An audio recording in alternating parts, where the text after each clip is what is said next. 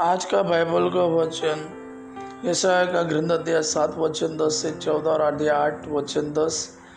दूसरा वचन इब्रानियों के नाम पत्र अध्याय 10 वचन 4 से 10 और आज का सुसमाचार सन लूका के अनुसार अध्याय 1 वचन 26 से 38।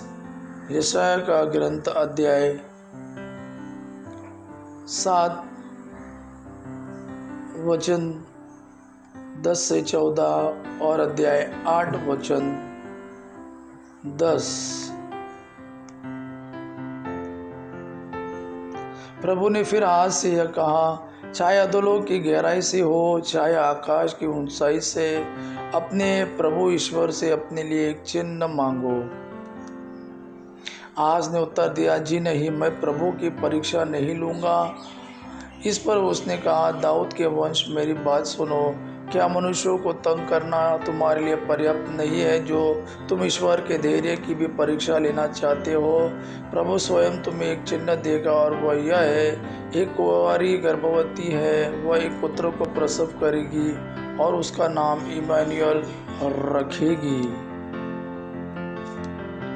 योजना बनाओ, वह असफल होगी। विचार विमर्श करो, वह व्यर्थ होगी, क्योंकि ईश्वर हमारे साथ है। दूसरा वचन सन पौलुस का दूसरा वचन इब्रानियों के नाम पत्र अध्याय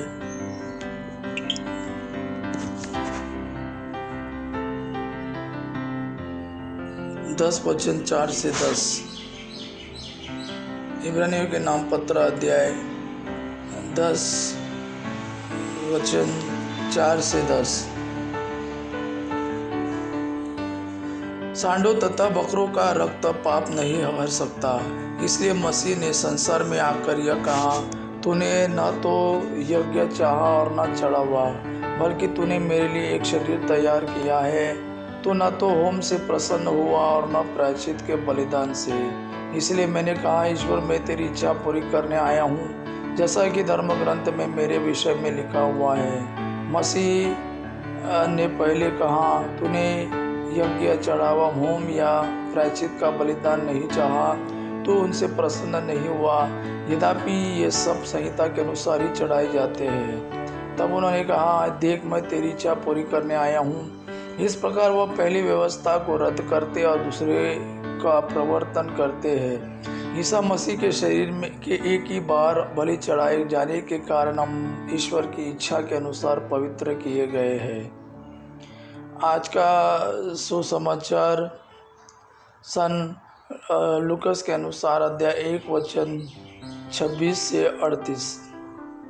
छठे महीने स्वर्गदूत गब्रियल ईश्वर की ओर से गलीलिया के नाजरेत नामक नगर में कुंवारी के पास भेजा गया, जिसकी मंगनी दाऊद के घराने के यूसुफ नामक पुरुष से हुई थी, और उस कुंवारी का नाम था मरियम।